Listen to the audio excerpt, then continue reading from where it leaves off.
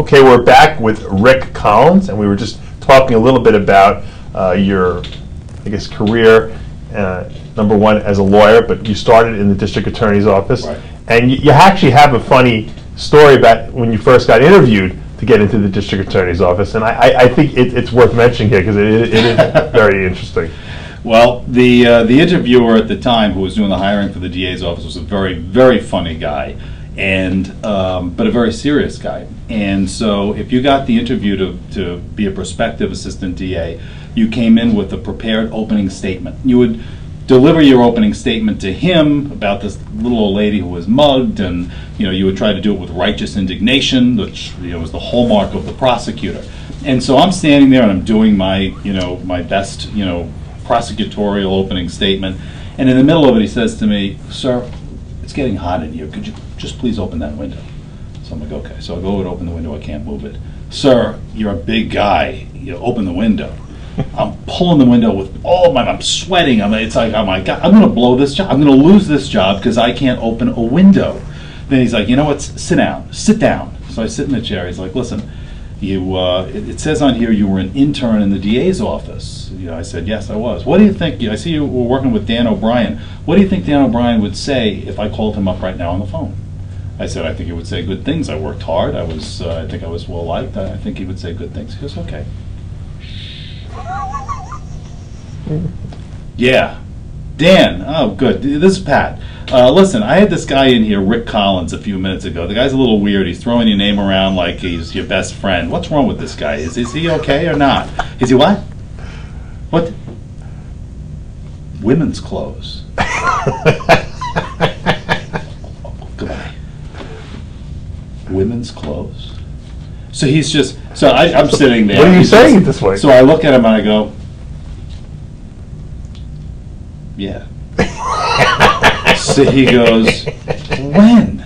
I go, "I got him on now." Let's see. He begins You played laughing. back. You played right back at him. He begins laughing and passes me on. Obviously, I got the job. But what his idea was, you could learn the facts, you could know the law, you can have everything all set up. But when you're in a courtroom, it's the arena, and anything can happen. It's like being in the Coliseum and the gates open and whatever comes through you got to deal with. You could have a crazy judge who says all sorts of wacky things to you that make no sense. He wanted to see if you could roll with the punches. He wanted to see if you would crack or get flustered or stammer or whatever. And when I didn't, and I just kind of rolled, well, I didn't know where it was going, Right. but I knew I didn't wear women's clothes Right. with Dan. Yeah. But I kind of in the back of my mind knew what he was doing. But that was his test. His test is can you handle that? Did you when you actually were a district attorney? Obviously, you had to do trials and stuff like that, and go to court. Did you ever get rattled? Or, were you just one of these guys that just knew how to kind of? I think that's a skill that to be a good trial lawyer, you have to be able to roll with the punches. That's as important as. Did you ever get rattled? Do you remember any time in your life where you said, "Whew, this guy got me"? No, I was more of a rattler than a rattlee, maybe. Okay. So people were happy that you went to public defense after. Yeah, probably. And that you said I did it when. The interesting thing is when you leave the DA's office and you hang out a shingle to be a lawyer, in the very beginning, where are you going to get clients? This was 1990, so I had the steroid part of my practice and the dietary supplement part of my practice hadn't really taken off yet. Sure. So, and DSHEA only came in 1994 anyway, which is the dietary supplement law that dietary supplement companies need to adhere to. So what was I doing? So you had no business, basically. Yeah. So you know what you do when you have no business? You represent people who have no money. Oh, I see. Literally. Right. So if somebody has absolutely no money and can't afford to hire a lawyer, the state provides you, me. We pay. So you were doing like the freebies, basically. We do. Pro bono stuff? We do. Well, it's called in New York. It's called 18B work, and it is basically you got paid $25 an hour. Oh my God. For out of court. You were bouncing again. It was less. It was you'd be better off as a car mechanic by far. Yeah. But it was a great way to try cases, because a lot of those cases went to trial, to be up in front of the judges, to be in the courtroom every day, and then to build a practice, because the judges start to see you and people start to, you build a little reputation because you're having the opportunity to, to be active. Did you win any cases like that? Like people like, how the hell did he win this thing? Yeah, I had some great, great experiences, and because I was a bigger guy and I came from the bodybuilding background, the judges would assign me on cases that other lawyers didn't want.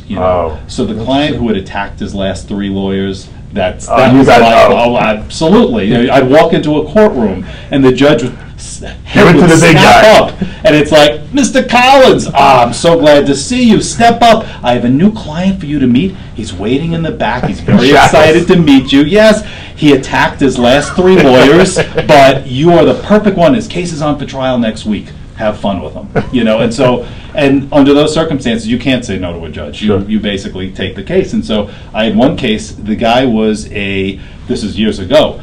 The guy was a middleweight. He was one of the undercards on Tyson's fights back when Mike Tyson was fighting. And the guy had hit hard times, and he got involved with drugs, and he got involved with guns. And this particular case, he was in a drug deal that went bad. The cops came up on it. There was a sizable amount of drug recovered, and a gun which he kind of threw under the car, but they saw him throw it. So it was a problem case. And he had, scared the bejesus out of the last several lawyers that had been assigned to him. And so I go in the back, and there he is, and he's sitting in this little, cell at 100 Center Street behind the courtroom. And I say, Mr. Johnson, please step up. So he looks at me for a while, and then he gets up and he comes over, and the bars are about this far apart, and he's just like, sizing me up. He was like probably, I was a lot heavier than him, but he's going to be a lot faster than me. So I start telling him, I'm Rick Collins, I'm going to be a lawyer in this case. I don't know what happened between you and your other lawyers. That has nothing to do with me. We're going to start fresh. You're charged with a robbery, you're charged with a drug sale, you're charged with possession of a gun. Your case is on for trial next week. And I'm good, talking nice to him and, explaining everything that's going on and how I'm going to help him in this case. He's not saying one word. He's just looking at me. And he's looking at me intently. And as I'm going on, he starts to sway a little bit back and forth and he's watching me, and the eyes are locked on. And as he's starting to sway, now he's starting to bite his lip a little bit. So he's swaying, he's biting his lip, and he's moving closer to the bars. I ignore it. I'm still talking about the evidence in the case and the burden of proof and how I'm going to help him. He's not here, and he's just going back and forth like this. And so, at some point it occurs to me that, obviously he's trying to intimidate me. And that he's close enough to the bars, and I'm close enough to the bars, that he can reach right through. I'm wearing a tie. So, he can grab the tie with one hand. If it was on the ground, I've got some martial skills. I bet you wish you had the bouncer guy with you. Probably, yeah. Well, I'm pretty cool in those situations, but I'm aware that he could do this. So, but I don't back up, because if that's the last thing that I'm stuck with this guy as his lawyer. So so I get closer to the bars. So as he gets closer to the bars, I get a little closer to the bars, and he's now he's fully swaying. It's like a mongoose and a cobra locked in this mortal dance, And so I'm like, this isn't working. So I just stopped talking. So now he's looking at me, and I'm looking at him, and he's looking at me like he's going to kill me, and he's going to strike at any time, and I'm looking at him like I'm going to kill him, strike him at any time. And we're going back and forth with this, and I'm biting my lip, and I'm shaking my head, and I'm swaying back and forth. Yeah. I'm doing the whole thing. This goes on for probably 90 seconds where not a word is spoken. Then I stop, and I just look at him. I go, okay. Now you want to talk about the case? And he goes, yeah, I'd like to do that. Can we? Yes. From that moment, so you won him over. From that moment on, we were good friends. I got him acquitted of the robbery. You did? Wow. I got him acquitted of the drug sale. He got a lesser charge, and he was trying to hug me as I said goodbye to the guy. His test was to see if the lawyer was afraid of him, then he didn't want that lawyer, because he figured, it is. We have a system where there's a presumption of innocence for the accused, but the reality is the system is stacked heavily Yeah. in favor of the prosecution and against the defense. And so, he wanted to know that if you can't stand up to me, if you're afraid of me, how are you going to stand up against the power of the state? Sure. And so that was his test. I have to say, I have some personal experience in the legal system. Obviously, you were my lawyer, and I have to tell you, I felt very comfortable having you represent me, as has a lot of other bodybuilders in our industry, a lot of high-profile bodybuilders you've represented. A lot of people know probably one of your most notorious clients would be Patrick Arnold, Yes. who was involved in the Balco case. He was the chemist who actually made the undetectable anabolic steroids.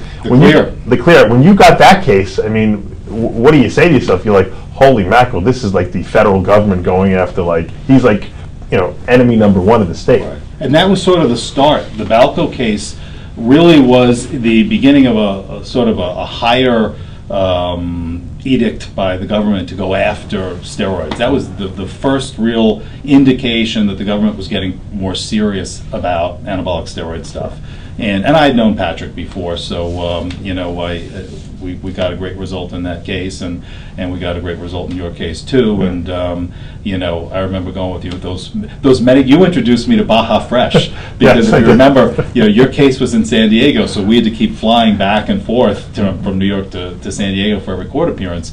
And I think it was in the San Diego airport, right? That there was nearby. There was a Baja Fresh, and I had never heard of Baja Fresh before. And you would get the Dos Manos with the extra chicken all the time, of course. And we would take it on the plane with us, and we would take. You get one, I get like three. You get like three. You were like ridiculous. So, that's back in the big days. That was, but yeah. So I've had a number of high-profile clients in the steroid stuff, and I've had a number of high-profile clients in the dietary supplement stuff. And you've won probably the majority of your cases, or come out with a very positive outcome. I've been very lucky and worked hard on all of my cases, and a lot of what we do now, I have, as you know, Collins, McDonald and Gann is the law firm, Sure. and my lawyers, the partners here do criminal defense, bread and butter criminal defense.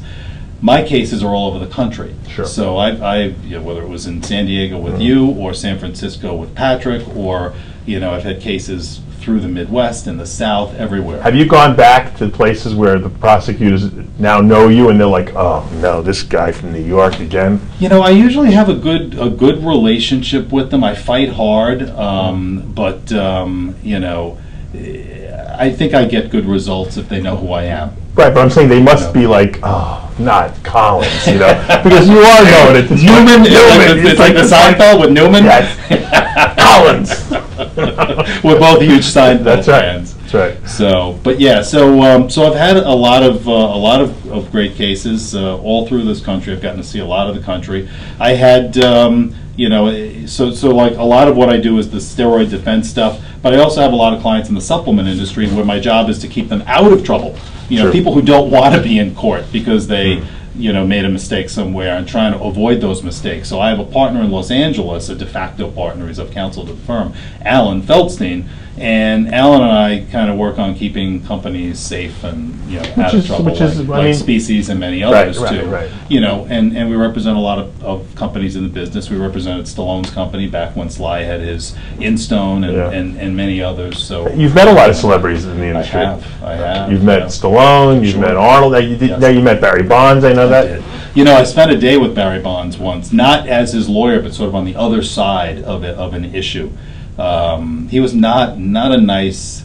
A lot of people say that. Is that true that he doesn't have a great personality? He's not a friendly person. I very rarely almost never say anything negative about somebody, and all the other people, Arnold, Stallone, and I love the people in this industry, but he was actually rude to his own staff in a way that was like embarrassing. Wow. He had a woman there who was a very, very nice, knew everything about all of his history and all of his merchandise, and he was not nice to her in front of everybody else. And there's never a call for that. Wait, why do you think Barry Bonds has that me against the world attitude? I mean, because there are stars that are really nice. There are stars that might be very quiet or to themselves. But Bonds just has this combative atmosphere with I think people. it's personality. I think there are some people who are just like that.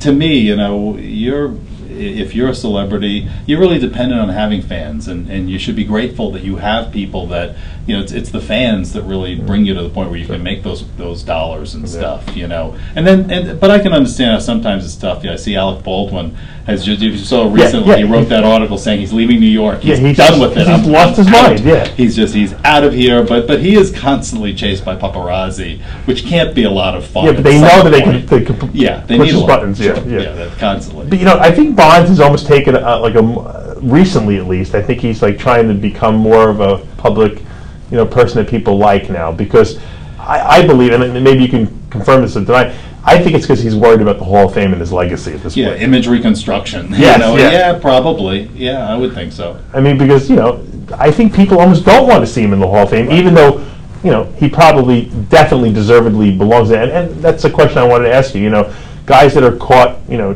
quote, cheating, you know, using performance-enhancing drugs, obviously there's a bevy of them out there. Right. Do you think that they belong in the Hall of Fame? It's a tough question. You know, baseball is so stat-driven that, you know, you hear the baseball purists who will say, well, you know, if a guy now, you know, gets higher stats because he's using something, then it completely destroys the record of somebody 30, 40 years ago or something like that.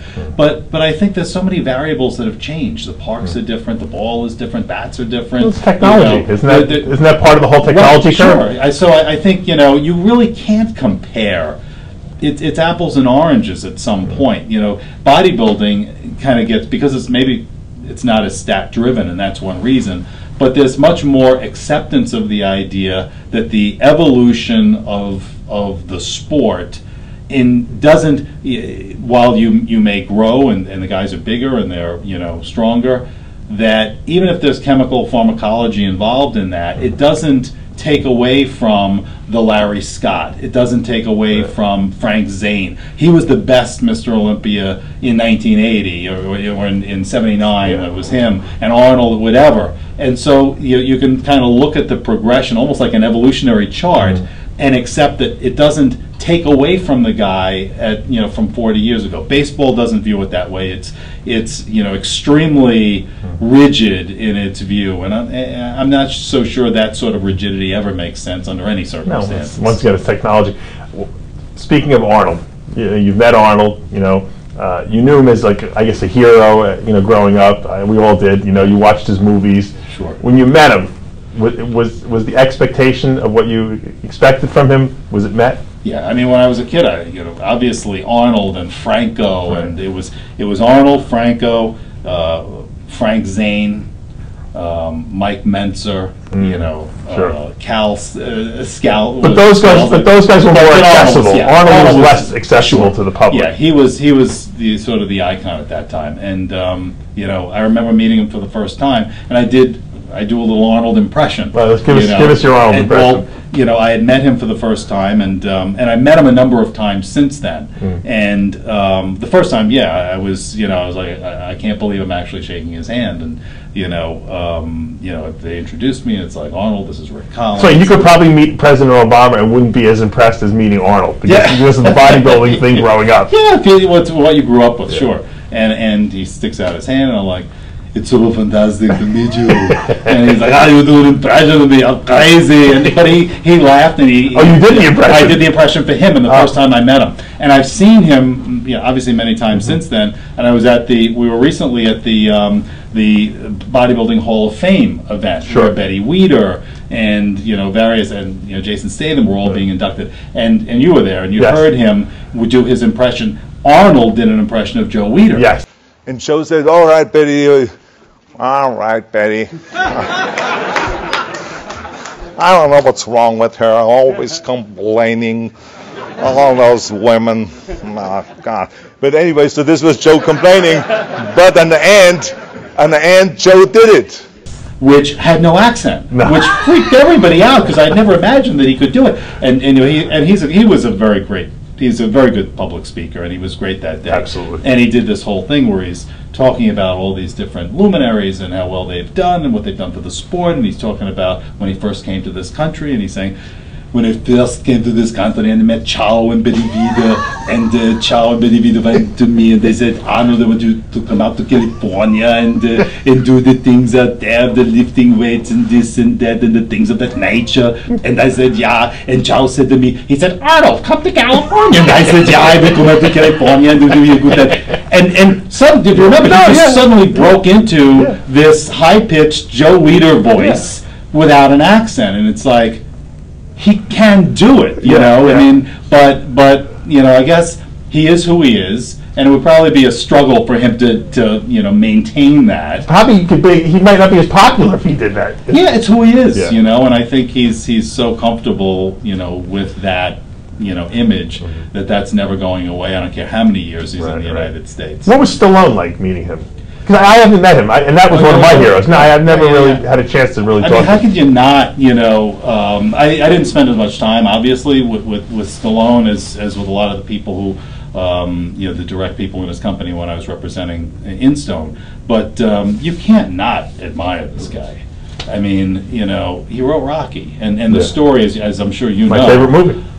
It's many people's favorite movies. It's one of mine, absolutely. And, you know, the fact that that movie almost wasn't made because they didn't want him to play Rocky. Right. He said that if I don't do it, then you don't get the script. How amazing is that? Because at the time he was desperate. Talk about writing the script of your life.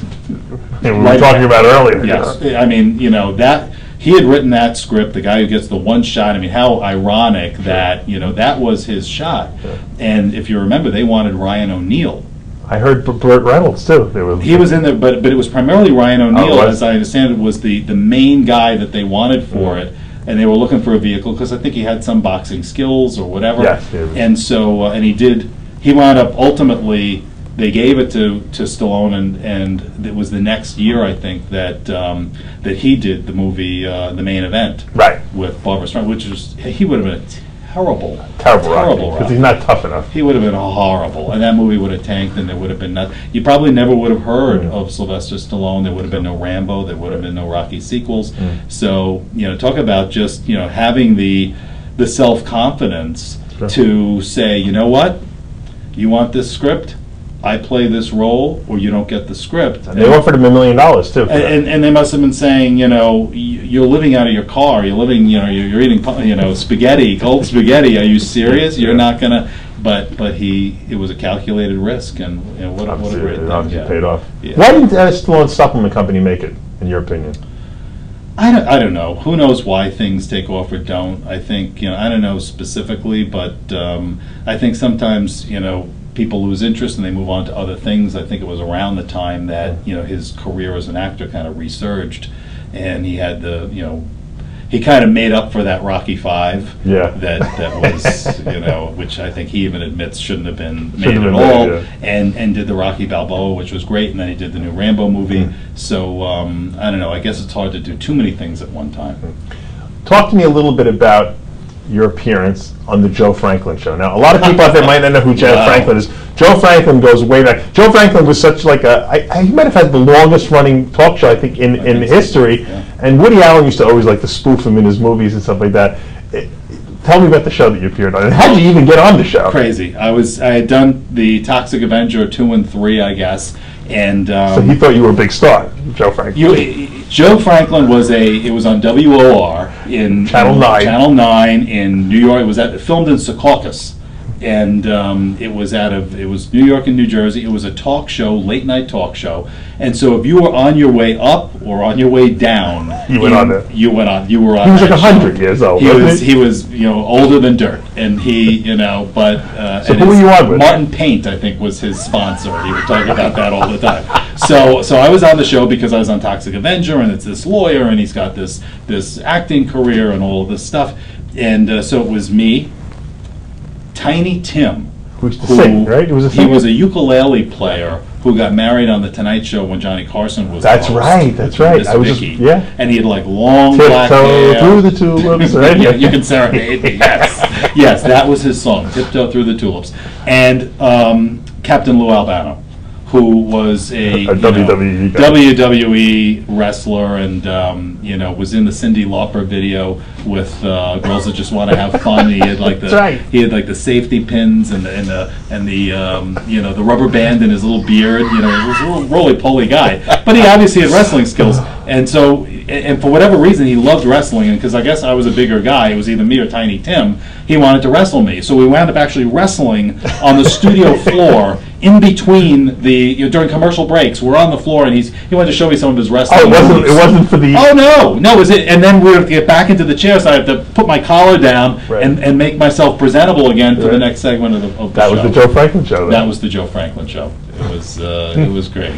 Talk to me about one of my favorite movies, Chris Bell's Bigger, Stronger, Faster. The documentary that actually demystified steroids and actually showed another side of the coin that we hadn't seen before. Maybe they're not so bad for you. How did you get involved with that project? Yeah, I mean, I had written a book, Legal Muscle, a few years earlier, which was sort of intended to be sort of a comprehensive view of steroids and performance drugs in American culture, law, politics, medicine, health, all aspects of it, and that it was intended to be unbiased and to sort of tell the truth. And you sold a lot of those books. I sold a lot of those books. Matter of fact, I think, and if I'm not mistaken, a lot of the people that you prosecute cases against use that book. Sure. I think it demystified. Yeah. It was the first demystification of non-medical steroid use in a studied kind of way. There have been some other books, I think, about anabolic steroids, but not in this way, not in this comprehensive way. And so Chris Bell, early on, before he even started filming, contacted me, I think because of that book and because of the stuff that I had written.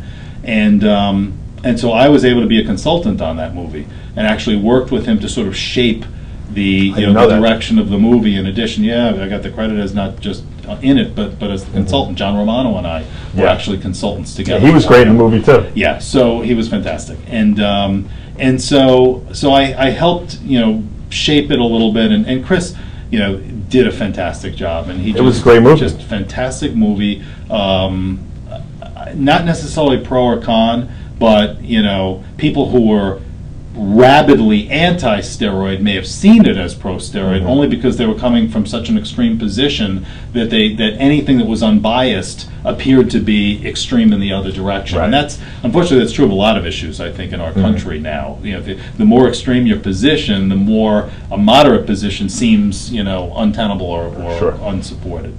So, but what a fantastic movie! I got good friend. I became good friends with Chris. I was just in California with him. We actually walked the Venice boardwalk and watched some of the craziness going on there like 3 weeks ago. He still lives there, obviously. Yeah, he lives right in Venice, and I was good friends with his family, and his mom is a great person. And all these people were in the movie, depicted in the movie. It was all Chris's whole family. Unfortunately, one of the brothers, who the dad foreshadowed in the movie as probably not going to make it, did pass away after the movie. It was unfortunate, and it wasn't related to steroids. It was really related to the abuse of other drugs. But the movie, I think, is great. It's available on Netflix. Anybody who wants to see it should rent it. If you're interested in sort of what is performance, what is cheating, how does what sort of analogies exist in society, how dangerous are steroids compared to other things, who's using steroids, it covers everything. Were you shocked when in one of the scenes in the movie he interviews Henry Waxman, who's one of the senators, who was on the panels where they were interviewing all the athletes? Were you shocked that he had no clue about the law? Yeah, he was a congressman, and he was a congressman for many years, and he was a representative, a House representative.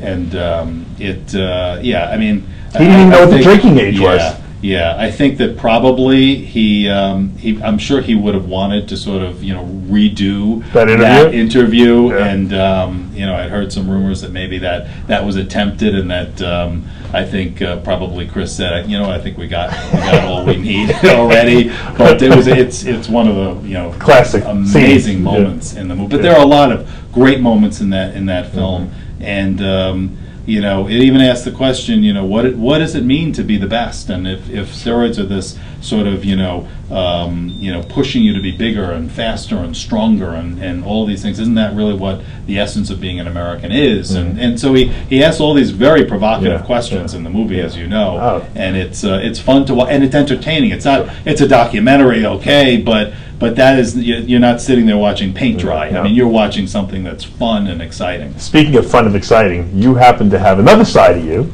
I thought we covered all the sides, but we didn't, where you're kind of a thrill seeker. Just recently you've been skydiving. How did that come about? Yeah, well, I think you're crazy, by the way. Well, let's talk about it. Let's, let's chat. You know, I wrote a book, as you know, after Legal Muscle. I wrote a book in 2009, 2008, I guess, or somewhere in that range, which was a men's diet, exercise, fitness book for guys typically 30, 35 and up who want to get into better shape, or who are already in good shape and want to sort of maintain, you know, peak performance as they get older. It's not a bodybuilding book, really. It's a fitness book. Alpha Male? It's Alpha Male Challenge, and in the alphamalechallenge.com you can read about it. And I co-wrote it with a fitness author. And so one of the tenets that we explored in the book was this idea that, yeah, you want to be your best physically, but an alpha male is more than just somebody who's physically. You want to be mentally, you want to be emotionally, you want to be at your best peak in all ways. You want to be at the top of your game, and you have the confidence. You want to, you know, feel great. And so one of those things is sort of tackling any fears you may have. And when I started to get, you know, in my 40s, early 40s, and I never had it before, but I started getting a little queasy. I remember being up on my roof, and I got a little queasy just at the height issue of looking down, you know, 30 feet or so. And I'm like, I didn't like it. I never had that kind of feeling before. So, you know, how do you... I never liked heights, by the way. Okay, and I didn't either. So I said, well, you know, what can I do to, you know, to conquer that, you know, to overcome that? And so, for some reason, I never really thought of skydiving earlier. And I don't think by nature I'm a super thrill seeker, although I've become one more recently, because what happens is, you know, I overcame that fear. I did my first skydive. I did it for the American Cancer Society. I raised a lot of money. Let me stop you here. Don't you say to yourself, look, I got a great career, I got a family, I have kids, I'm making good money, I'm well respected. Why throw it all away? Look, what if you hear about it? You know, the chute doesn't open. You know, you could. I mean, you're risking something that you don't need this in your life. I mean, life is risk, though. Yeah. I mean, you know, you've done it more than once, though. I've done 5. Yeah. Yes. So life is risk. There's no question about it. And you know, if you look at the statistics, I mean, if you sat, which I did, and sat down and looked at the stats, the risk is extremely low. You probably have as big a risk in driving a car. I don't believe it. Someone's packing that chute, and you're depending on that person's packing the chute. But you also have you do a tandem jump. Your first jump is a tandem, so you're with an experienced instructor who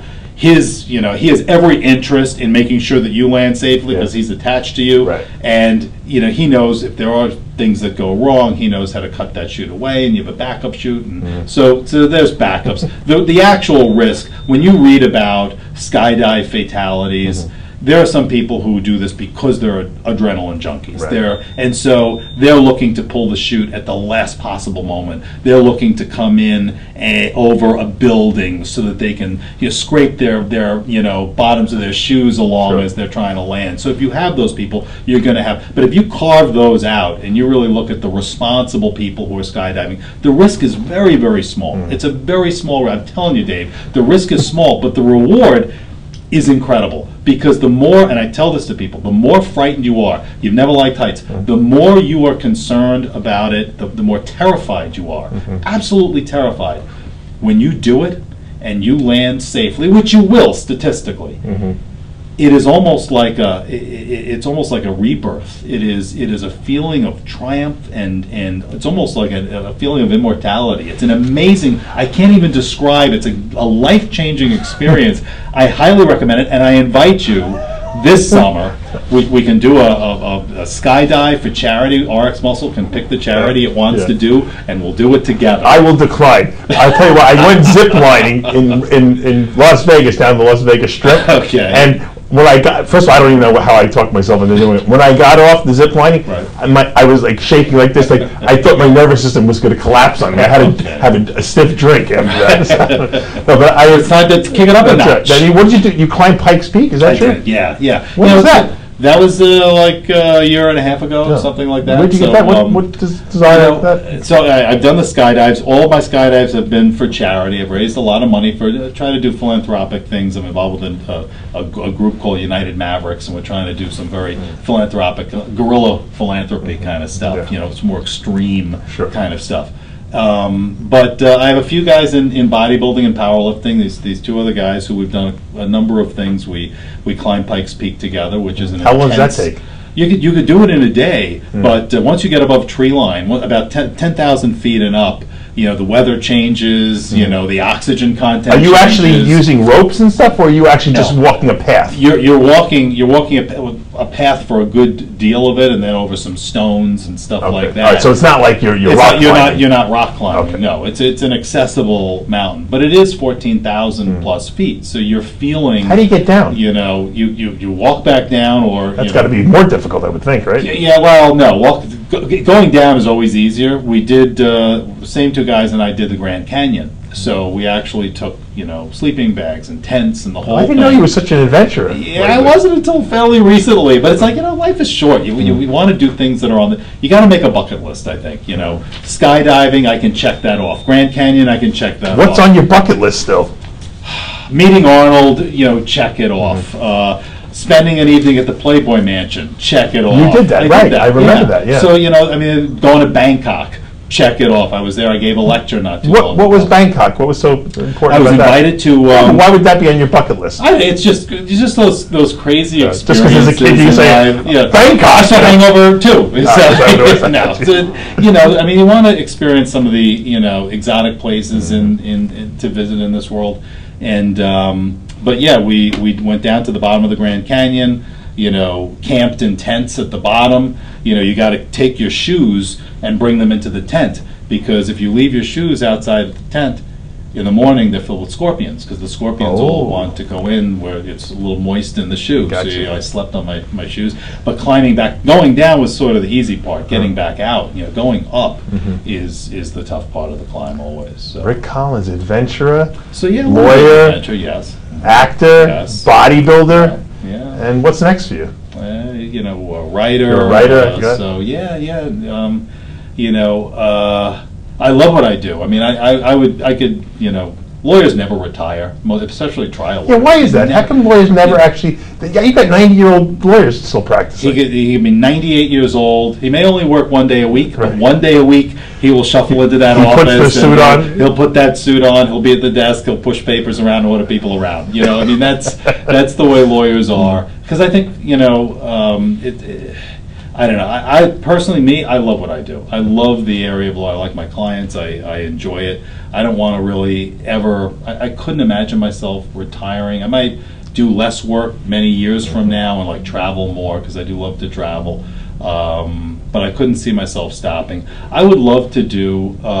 You know, I write a column for Muscular Development every month, and you know, it's nice because I'm really given free rein to write whatever I want. So I've been able to write, you know, obviously I write a lot about performance drugs and about dietary supplement issues, but anything that sort of affects the fitness community, people who work out, people who are healthy, how different, you know, legal or cultural issues may be affecting them, or political issues, I try to write about. I would love to do that in a TV format if I had the opportunity to do it. Where's the government going now? I mean, they always have some sort of an agenda. I know there's a lot of bodybuilders out there watching this. They're going to say to themselves, am I in danger of going to jail? What's next? Do you think the government is going to lay off steroids? Do you think it's going to get worse? Yeah, I think it's probably going to get worse. You know, two things. One, a couple of years ago, I was invited to speak at NORML, which is the National Organization for the Reform of Marijuana Laws. So it's people who have been looking to sort of relax, legalize in some ways, or relax the laws anyway on marijuana. And I was invited to speak about steroids. So because they wanted to kind of better understand, a lot of them were lawyers, and they wanted to better understand from a comparative standpoint steroids and marijuana. And the difference is amazing because, you know, neither are hard drugs typically viewed as things where people are becoming addicted. Nobody's laying in an alley because, with a needle out of their arm, yeah. because of marijuana or steroids, realistically.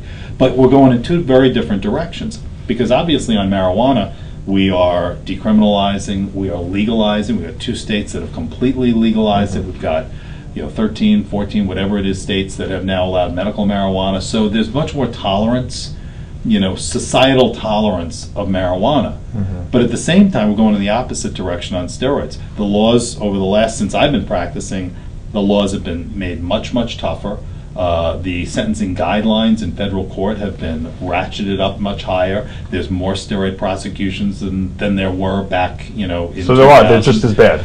So it's definitely more interest in steroids, and why that is, I think steroids have gotten a lot of bad press. You had some teen deaths portrayed in Bigger, Stronger, Faster that I think have poisoned the public view of it. You've had the cheating aspect of athletes, or taking advantage of other athletes. Right. You've got this whole idea of roid rage, which realistically is mostly a myth. I won't say completely a myth, because you put enough of anything into somebody, you're going to affect human behavior if it has some effect on the brain, some receptors in the brain, which it does.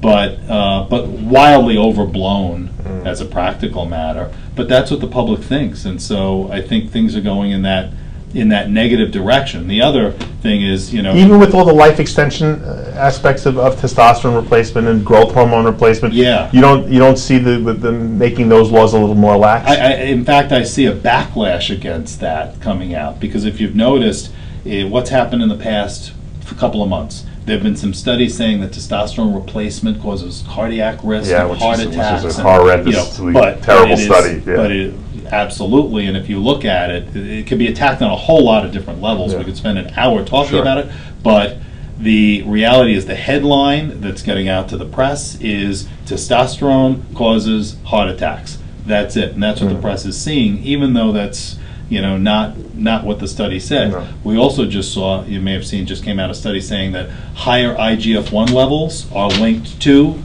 shorter lifespan. Yeah. So they're now saying, and the higher your IGF-1 levels, so we've got this sort of. They say don't eat red meat, or don't eat any protein because it raises. Well, but they're suggesting that the testosterone or growth hormone replacement are dangerous. And so we're seeing this pushback in more subtle ways sometimes than law enforcement, where we're seeing scientific indications that I think the conservative medical community is not liking anti-aging. Well, I think the doctors are afraid to write prescriptions because they don't want to be stigmatized. Sure. As being that doctor, that steroid doctor. Well, some doctors have been brought up on medical licensing issues, or even criminal issues, if they're prescribing steroids or growth hormone without a medical. And you've represented plenty of those doctors. I've seen it firsthand, and there's nothing worse. You've spent your whole life. You went to medical school.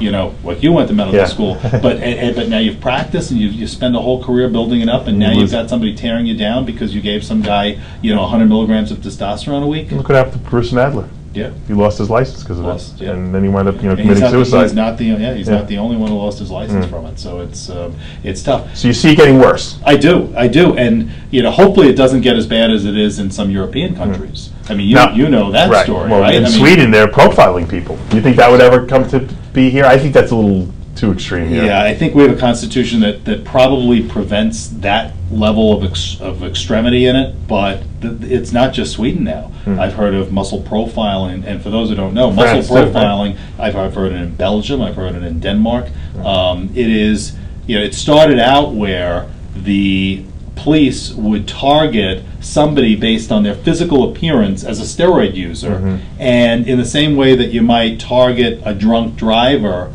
by how he's driving, or a terrorist by so you're profiling his physically as a drug user. And what they were doing was, in Sweden, it started out, they would take the guy and bring him down and force him to give a urine test. Tony Freeman, IFBB Pro Tony Freeman was profiled when he went there. Unbelievable. He was just in a health food store, talking to the fans, and in come the police to arrest him on the suspicion that he was, in some way violating their law.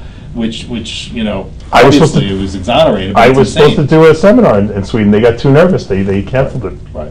And a number of people. I was did. hoping I was going to get arrested actually, so I Right. could, talk about it. So And I could call Rick up. I'd come out there. Yeah, yeah. It's funny because I actually, Andreas Colling is in Sure. Sweden, and so I keep in touch with him, and he tells me about how crazy it's getting there. And in Denmark and in Belgium, I've heard of situations where they're actually going to gyms and asking for the sign-up sheets to Wow. see who is attending the gym most frequently, and then asking to see pictures, and if the guy fits their whatever their view of a steroid user is, they will then apply for search warrants to get into his gym locker or his car Wow. or his home. So it's crazy, and there was a kid on Facebook who actually contacted me and sent me all the documents from his country showing that he was arrested under those sort of circumstances, and they're targeting bodybuilders. It's wild. And Ironically, you started as a bodybuilder, and you're still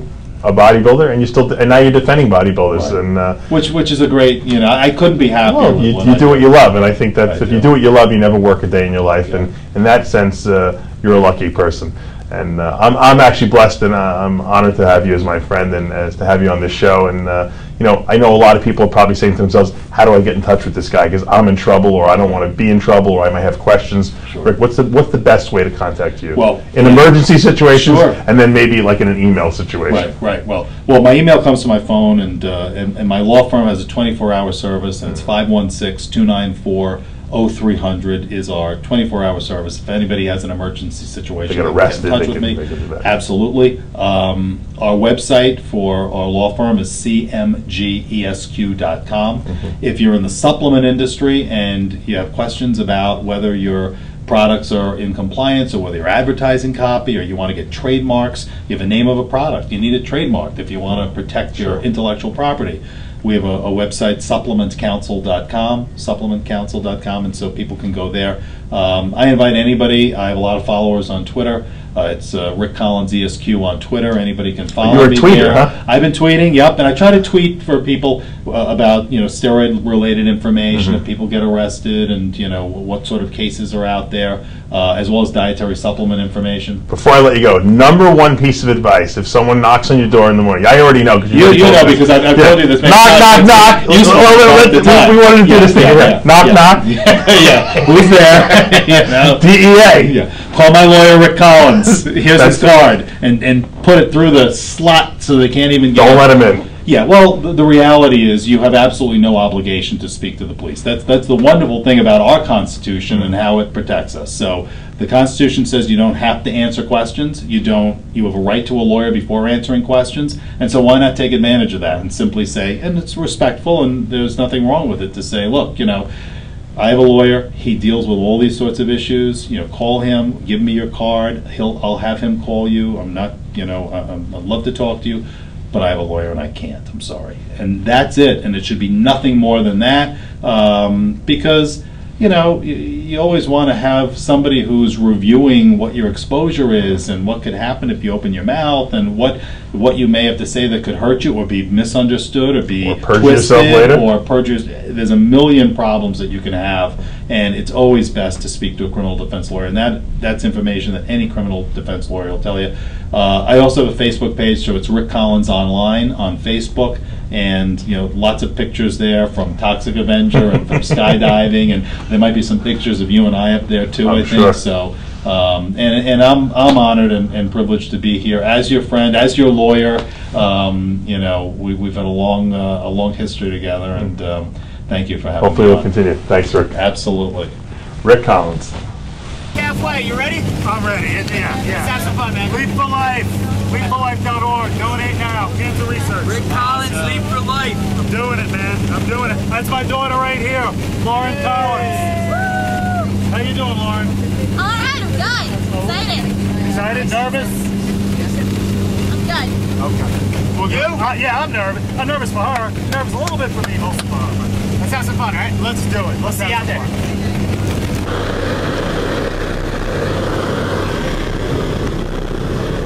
Right.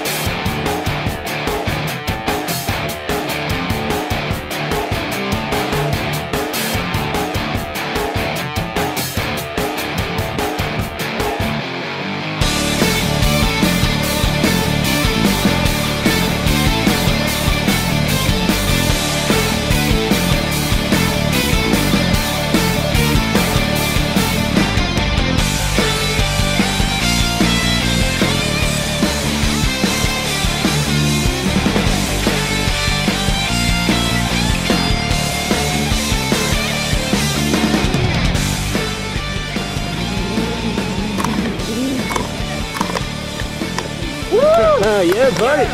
How was that, brother? I love it, man. You love it? Yeah, it was great. It was Great job, awesome. What was that? I hope that was your finger. Take a shot, guys. Yes. Oh, it was